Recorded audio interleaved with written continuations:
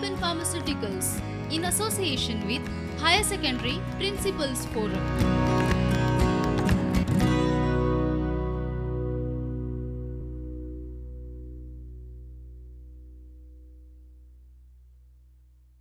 Hello everybody, welcome back to another lecture in Biomolecules. One part of the topic was discussed in the previous lecture, that is Biomolecules part 1, where we discussed carbohydrates. Now moving on.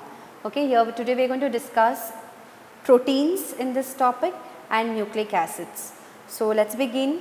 I mentioned also earlier in the previous lecture proteins. What are the sources of proteins? Like you can see, and very tempting also, the chicken, fish, any meat, then milk products like cheese, then the eggs, albumin in the eggs, it's a rich source of protein.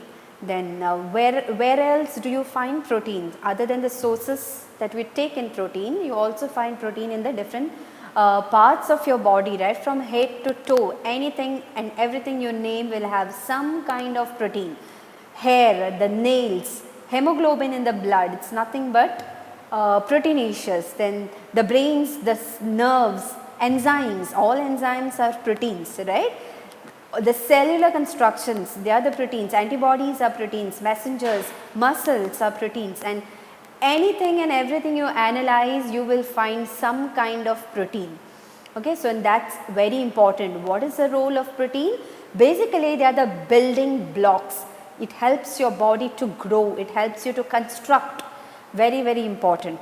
So we are going to learn a little in detail about this proteins. So like I said, what are the sources? Milk, cheese and pulses, peanuts, fish, meat, etc.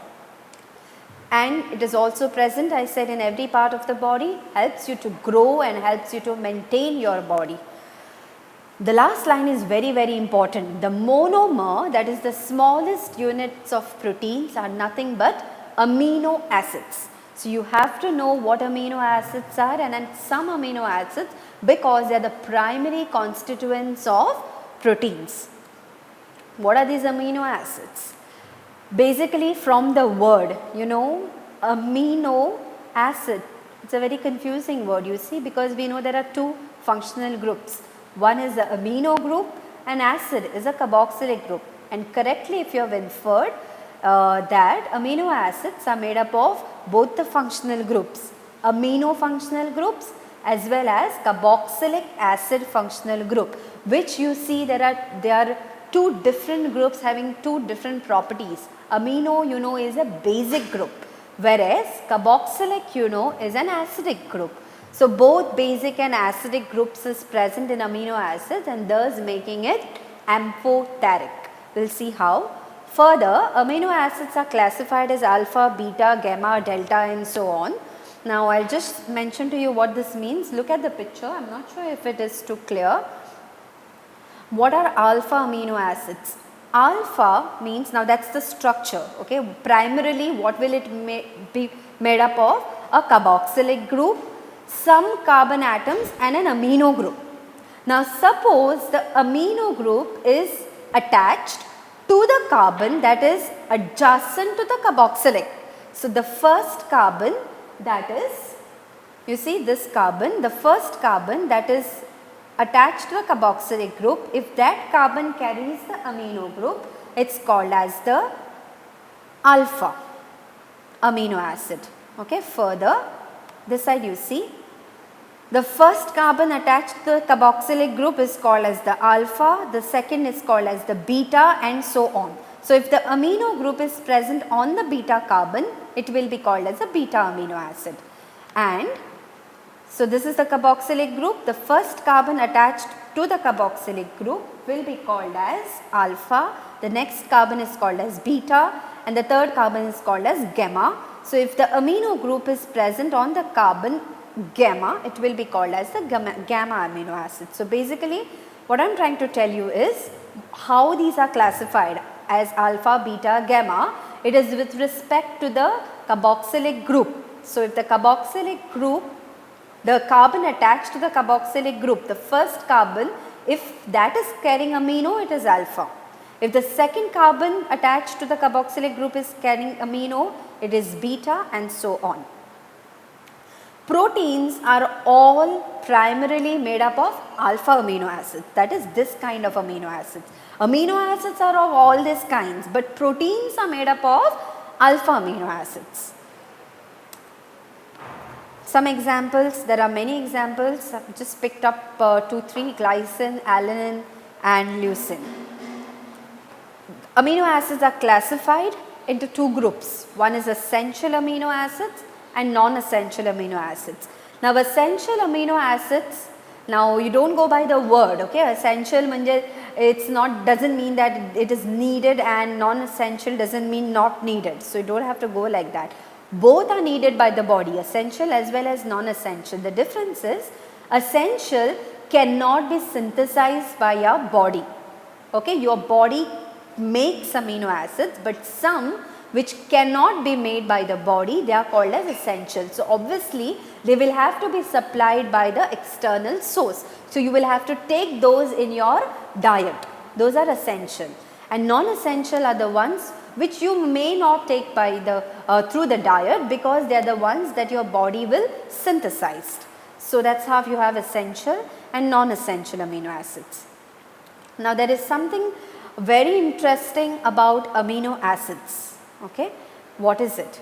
Now you see the amino acids we said is made up of both the groups, NH2 which is a basic group and acidic group, that is the carboxylic group which is acidic group. Now what's a base and what's an acid? We know that an acid is the one which will give away proton, whereas a base is capable of accepting a proton. So the molecule here is capable of undergoing self reaction within itself by losing and gaining the proton with itself. How? The COOH group is capable of donating a proton which will be taken by the NH2 group, and that is what is shown here. So this H will be lost and it will be formed COO minus, and NH2 which has a lone pair of electrons on nitrogen, will pick up that proton which COOH is losing and will form NH3 plus. So you see this molecule has both the charges, the negative as well as positive. Such a molecule which undergoes self reaction, self protonation, and it accepts proton within itself and forms an ion of this kind, having both the ends, the negative as well as the positive end, is called as a Zwitter ion. In amino acids, they are present as Zwitter ions. Very important word to remember what a Zwitter ion is. So in aqueous solution, amino acids will exist as Zwitter ion, which shows an amphoteric behavior, both acidic as well as basic, because it has both the groups. Now what is the structure? What is exactly the structure of proteins? We said that the proteins are made up of amino acids. Amino acid is the simplest repeating unit in the protein structure. They are called as the monomers of the protein structure, and precisely the alpha amino acids in proteins. Now 2 amino acids in proteins is bonded by a bond which is called as a peptide linkage or a peptide bond. Very, very important. How it is formed? By a condensation reaction. I have shown an example there of glycine and alanine. You see this glycine, both are alpha amino acids because the NH2 group is attached to the carbon very next to COOH. What happens is it undergoes condensation reaction with loss of water molecule. So what you are left with is a amide linkage, that is CONH. So you remove OH from here and remove one hydrogen from here, water, no, H2O, that means one hydrogen, one OH. So remove one OH from here, remove one hydrogen from here, and there is a new bond between CO and NH, which is called as the peptide bond or the peptide linkage. Now since there are 2 amino acids linked by a single peptide bond, such a bond so formed is called as a dipeptide bond. Di indicates 2. Dipeptide, you have to remember, does not mean 2 peptides. Dipeptide means 2 amino acids are linked by a single bond. So, similarly, if there are 3 amino acids, they will be linked by 2 bonds. So, that will be called as a tripeptide. Okay. Now, I am clarifying this because often the confusion is because of the name dipeptide. If you go logically, dipeptide you might end up thinking means 2 peptide bonds, but no. Okay, what's a dipeptide? When you have 2 amino acids linked by a peptide bond, one peptide bond, that is called as a dipeptide. So, you have one peptide but 2 amino acids. So, that is dipeptide. So, you have similarly tri, tetra, penta and so on. So, having more than 10, it becomes a polypeptide. So, if there are more than 10 amino acids linked by peptide bonds, it will be thus called as a polypeptide. Okay. So, a protein is a polypeptide having a lot of amino acids linked by peptide, and then doesn't end there. All these amino acids, all these polypeptides chain will undergo systematic further folding and thus giving the proteins a structure in the 3 dimension. Okay, we have to learn that further, that the backbone of this peptide chains will undergo foldings and they will thus give the proteins some kind of a structure. What structure? We are learning further. So, depending on that, depending on the structure, you have 2 types of proteins. One is fibrous. As the name says, fibrous will be fiber-like. Fiber-like is when the polypeptide chain runs straight parallel to each other. Okay, so, you have several spiral shaped polypeptide chain and they are bonded by maybe sulfide bonds, hydrogen bonds and so on. So, basically a rope like structure that run parallel to each other, and those are called as fibrous, the shape of it. Similarly, you have globular proteins. Globular proteins, as the name says, globule is spherical, right. So, when this polypeptide chain intertwined and coil around itself and form like a globule, they are called as the globular proteins. Okay, for example, here collagen, if you have heard of collagen, it is the largest protein in the human body. It is a fibrous protein, okay, because you have fiber like polypeptide chain running only parallel to each other and there is no coiling, whereas hemoglobin, myoglobin, they are globular proteins wherein they coil and form a spiral structure. Okay, so, this is depending on shape, depending on the structure, you have 2 types of proteins, fibrous and globular, simple. Further, there are stages that you can learn the structure of protein in 2, okay, like the primary, the secondary, tertiary and quaternary. You can learn them at different levels. Primary is the basic structure of the proteins. What is it basically made up of? You see, they are primarily made up of amino acid in a fixed sequence. There is a definite order in which this amino acids, maybe glycine, then alanine, leucine, all these are linked one after the other in a definite sequence. That becomes the primary structure. I am not talking about types of proteins now, I am talking about how you can learn the structure of protein at different levels. Primary means what is it basically? Basically, it is just a sequence of amino acids linked by peptide chains. Okay, so, this is what the primary structure means. Then comes the secondary structure. What are secondary structures? Secondary structures are those backbone of the polypeptide chain will interact with each other through bonds like hydrogen bonds or sulfide bonds and will undergo some kind of foldings. Okay. So, because of its secondary structure, there are 2 types of folding. One is called as the alpha helix, the other is called as the beta pleated sheets. from the words and the structure you will clearly understand what it is here. So, there is one polypeptide chain you can see, and what is happening is that polypeptide chain is simply coiling around itself. Now, why does this happen? You see there are the dotted lines that are shown here. The dotted lines that are shown, what is it?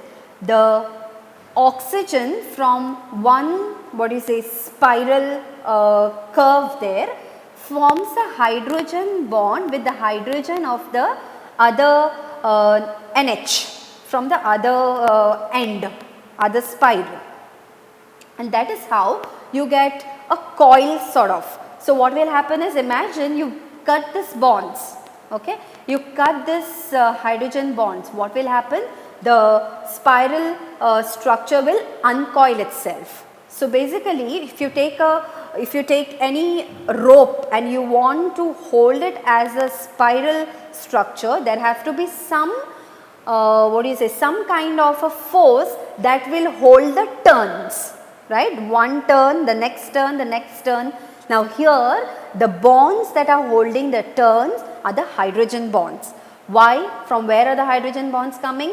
That structure only, the hydrogen of the NH, that is the amino group, and oxygen of the CO groups. Okay, so every time a CO and a NH forms a hydrogen bond, it will coil, and that is how you get this structure which is called as the alpha helix. So, a spiral structure, that is the secondary structure. There is another secondary structure which is called as the beta pleated sheets.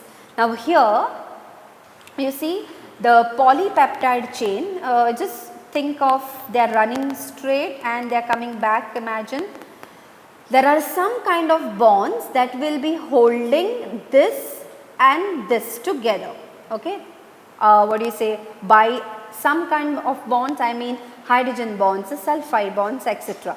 So, you can clearly see it is the same polypeptide chain. There are no two polypeptide chains, just that it is going about parallel to each other and there are bonds that are holding this. Therefore, thus forming like sheets, okay, they are not coiling, they are forming like parallel sheets parallel to each other, and that is the secondary structure. So, what is the primary structure? The arrangement of the amino acids in a definite sequence. And what is the secondary structure? How this polypeptide chain bond to each other through hydrogen bonds, and what is the resulting structure. Okay, it is either alpha helix or beta pleated sheets. The tertiary structure is the three-dimensional arrangement, okay, of the polypeptide chain. Further, how will it fold about, and how will it overall fold and result, and that is how you get the shape like the fibrous and the globular shape. Okay, so further foldings rather. So, for example, now this typically arises because of the interaction of side chains, not just hydrogen bonds but not just sulfide bonds, there are so many other kinds of bonds. For example, there is this polypeptide chain that you can see, and these are the possibilities. What are the possibilities? One is here. There can be an ionic bond between a side chain that is coming from this side. This is a side chain. This entire group I can call as R of this part, and this is a side chain from this part. So, if they come close, meaning if the folding is such a way, there can be an ionic bond between the two. Then there can be something called as hydrophobic interactions, and there can also be hydrophilic interactions. Hydrophobic is water hating, you know. So, the groups that are water hating may be going away from away from water and coming closer, and likewise hydrophilic, some groups that are there around can be going towards water. So, because of all this interaction, that polypeptide chain will further take up shape, okay, will further fold, will further come close and all, and that is what results is then the tertiary structure. Okay, so there can be hydrogen bonds also, there can be disulfide bonds also, there can be hydrophilic or hydrophobic interactions, there can be ionic bonds also, and so on. So, with all this it will lead to the tertiary structure.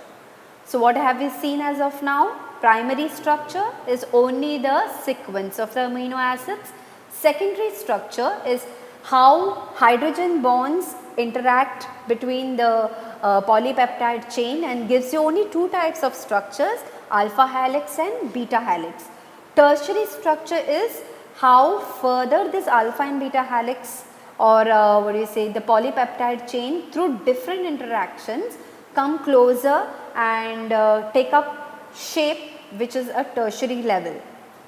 And then finally you have quaternary. Quaternary is when you compare the interaction between two or more polypeptide chain. For example, I have shown here 4 polypeptide chain, different colors, yellow, green, blue and light blue is taken so as to show the interaction between 4 different polypeptide chain with each other, and that is how you get the quaternary structure. So, basically a spatial arrangement of the polypeptide chain with respect to each other.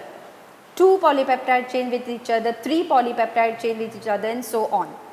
Yes, so what we just spoke about is this, that is the protein structure levels. One is primary, secondary, tertiary and quaternary.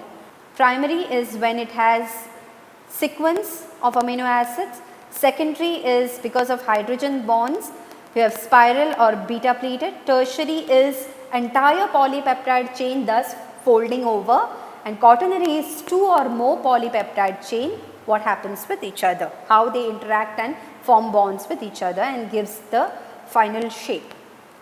So, that is about structure of protein. So, we have discussed 2 things as of now, sources of proteins that you are so familiar with, and next is structure of protein, what it is primarily made up of. Amino acids. Amino acids are bound together by peptide chain, and we can study the structure at 4 different levels. And also we have learned that there are 2 types depending on the shape, the fibrous and the globular. Now further, you must have seen these kind of phenomena. Okay? For example, the egg, the white albumin of the egg, you will notice when you subject it to different conditions, like you can change the temperature, you can put pressure, you can change the pH, what will happen is there is something called as denaturation of the proteins. Very, very important. What is this denaturation of the proteins? We said that the proteins can be spoken of having structure at 4 different levels. Denaturation means the structure of the protein gets destroyed. What structure? The quaternary, the tertiary, the secondary structure gets destroyed. What does that mean? How are these structures arising? How are the secondary, tertiary and quaternary structures arising? Because of foldings. How and why do they fold? Because of bonds. So, like I said, if you break the bonds, the structure will get destroyed. For example, in the helix, if you break the hydrogen bond, it will uncoil, right? The sheets that are running parallel to each other, if you break the bonds in between them, they will become anti-parallel, they will not be running like parallel sheets. So, with these conditions, by changing the temperature, by increasing the temperature, by changing the pH, you can actually break the bonds, and if you break the bonds, the structure gets destroyed, which is called as denaturation of proteins. However, you have to very well remember that it is only the secondary, tertiary and quaternary structure that gets destroyed because of bonds and not the primary. The primary structure remains intact. Okay, why? Because the primary structure is nothing but the amino acid sequence that cannot change with temperature and pressure. So, yes, when a protein is subjected to physical change such as pH, hydrogen bonds get disturbed, they rather get broken, because of which the globules will unfold, the helices will get uncoiled, basically the structure will be destroyed, and which is why the protein loses its biological activity, and this is called as denaturation of proteins. And during denaturation, like I mentioned to you, only the secondary and tertiary and quaternary structure will get destroyed, but primary structures remain the same. And one very common example is coagulation of the egg white, that is the albumin. You see the albumin getting coagulated when you heat it. And another example is curding of the milk. So just a fun picture that I have put there. I threw your protein cake away because the protein gets denatured. Something for you to ponder on why he is saying that. The other fellow is saying, you fool, do some research and stop replying on hearsay. So that's about proteins. Very little part of proteins is actually touched upon. The next thing is nucleic acids.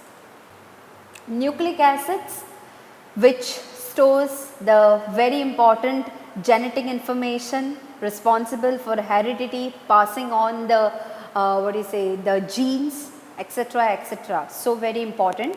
There are two types of nucleic acids. If you have heard of DNA, that's deoxyribonucleic acid, which are double stranded, the one that I am pointing out, and RNA, which is called as the ribonucleic acid, which is single stranded. Okay, a little bit of nucleic acid we have to know.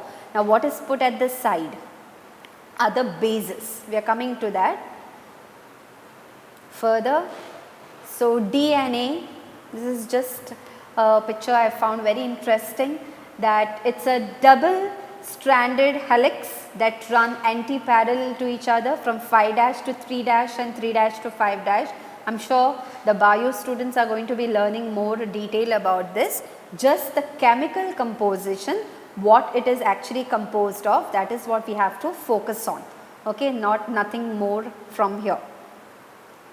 Now, like carbohydrates, like proteins, like any other polymers are made up of smaller units, which are the monomers.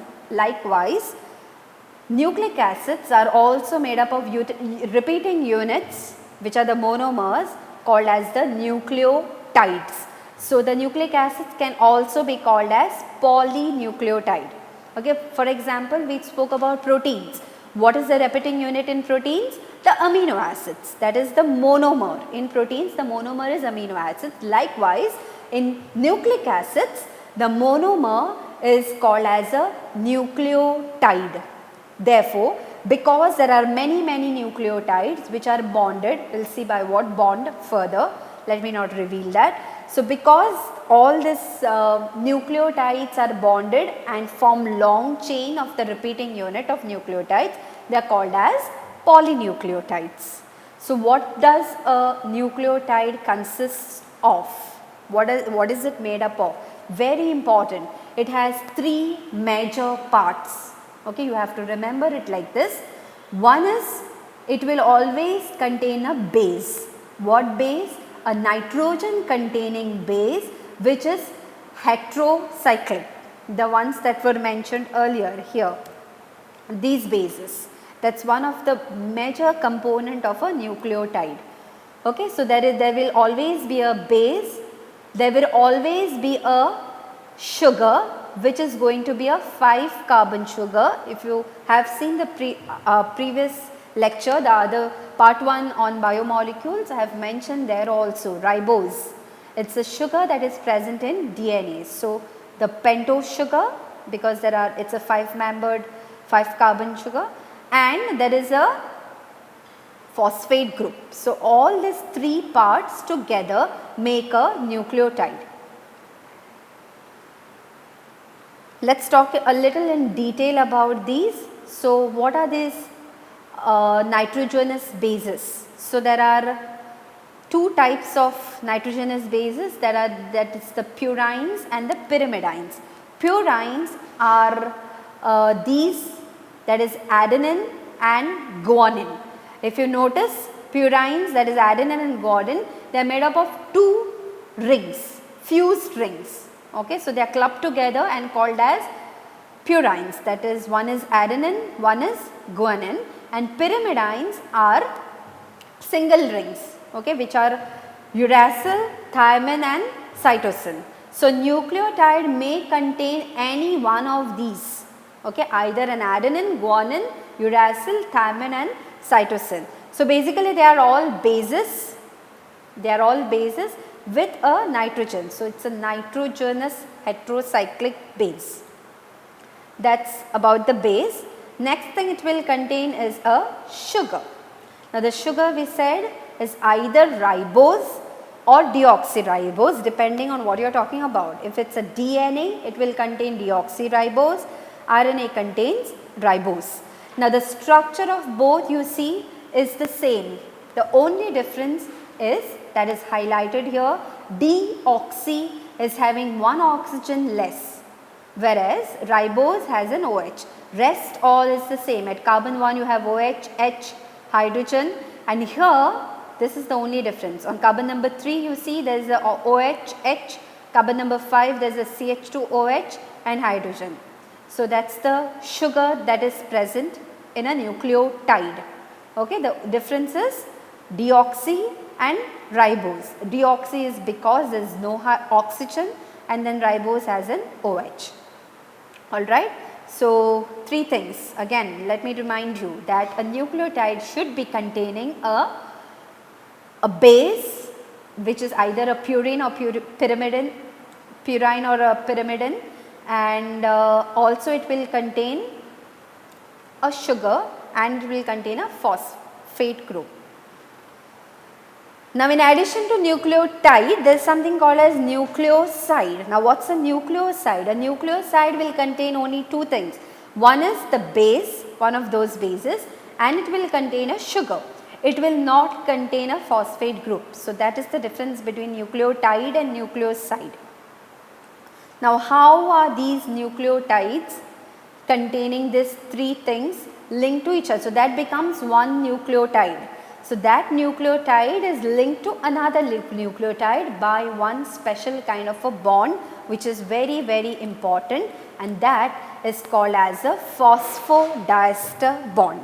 Very important, okay. A phosphodiester bond connects, what do you say, connects two nucleotides from between carbon number 3 of one sugar of 1 unit of nucleotide. You see, this is 1 unit of nucleotide having the phosphate group, having the sugar and the nitrogenous base. Now, I have just put a ring here and not shown you what that nitrogenous base is. That is not so important. What is important for me to show you here is the bond which is called as the phosphodiester bond here.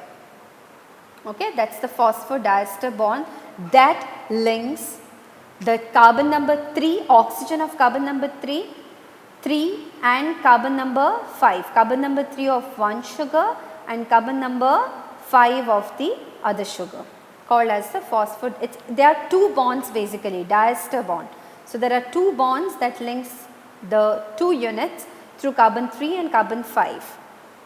Another picture just to show the phosphodiester bond, how it links, and that is why you say that the chain runs from 5' to 3'. How is this? Okay, a phosphate group, a sugar, a nitrogenous base, but the sugar of one unit is linked to the sugar of the other unit. So, one unit of nucleotide is shown in green here, the other unit of the nucleotide is shown in red here, the third unit of the nucleotide is shown in blue here. They are all linked between carbon 3 of one sugar, carbon 5 of the other sugar through the phosphate group, that is through a phosphodiester bond. So, again here 3 and 5 through a phosphodiester. There are two bonds, you see here, oxygen, oxygen. So, there are two ester bonds actually. So, for diester, hence the name phosphodiester. This is what is very important for us, okay, in the chemistry point of view. The bond that is present that connects two nucleotides between what carbon and what is the bond called is the most important. A little bit of the structure of DNA now. So, the structure of DNA, it has, I mentioned earlier, two strands running anti-parallel to each other from 5' to 3' and 3' to 5', and they are coiled around each other through those bondings. And what do you say, the bases, you have to know what pairs with what. I am sure you must have learned this earlier also. Adenine will pair with thymine, guanine with cytosine, and so on. Okay, so thymine with adenine, cytosine with guanine, and so on. So that's the pairing of the DNA. RNA are single stranded, and there are three types of RNAs. One is mRNA, rRNA, and tRNA. Nothing in detail, I am just touching on the types of RNA. Nothing much to know about RNA. What you have to know is particularly the composition of DNA, that the DNA are repeating units of nucleotides. Okay, the monomer is a nucleotide, and the nucleotides are bonded to each other by a phosphodiester bond, running the diester bond between carbon number 3 of one nucleotide, that is of the sugar, and carbon number 5 of the other nucleotide of the other sugar. What is the biological importance of this nucleic acids? First of all, they are the reservoirs of the genetic information, and that is how genes are inherited, and different structural and appearance and everything passes on from one generation to another. Replication, you know that they are capable of replicating, and the RNAs are involved in protein synthesis. So your body can make proteins with the help of RNA. So that is all about nucleic acid. Because of this pandemic, a lot of and you don't have classes, regular classes, a lot of portion is deleted. I am sure you know about it. Just refer to your textbook and see which part of it is deleted, and you will know that there is more of it, like vitamins is deleted, enzymes is deleted, and disaccharides and polysaccharides are also deleted. So what you are left with only in this chapter is to study carbohydrates, proteins, and nucleic acids. Most important, look at it in the chemistry point of view, that is its composition and its bonding, and of course importance also you have to be knowing. So that is all. Thank you very much. I am hoping you have understood this topic. Thank you once again. Prudent Scholars, powered by Lupin Pharmaceuticals.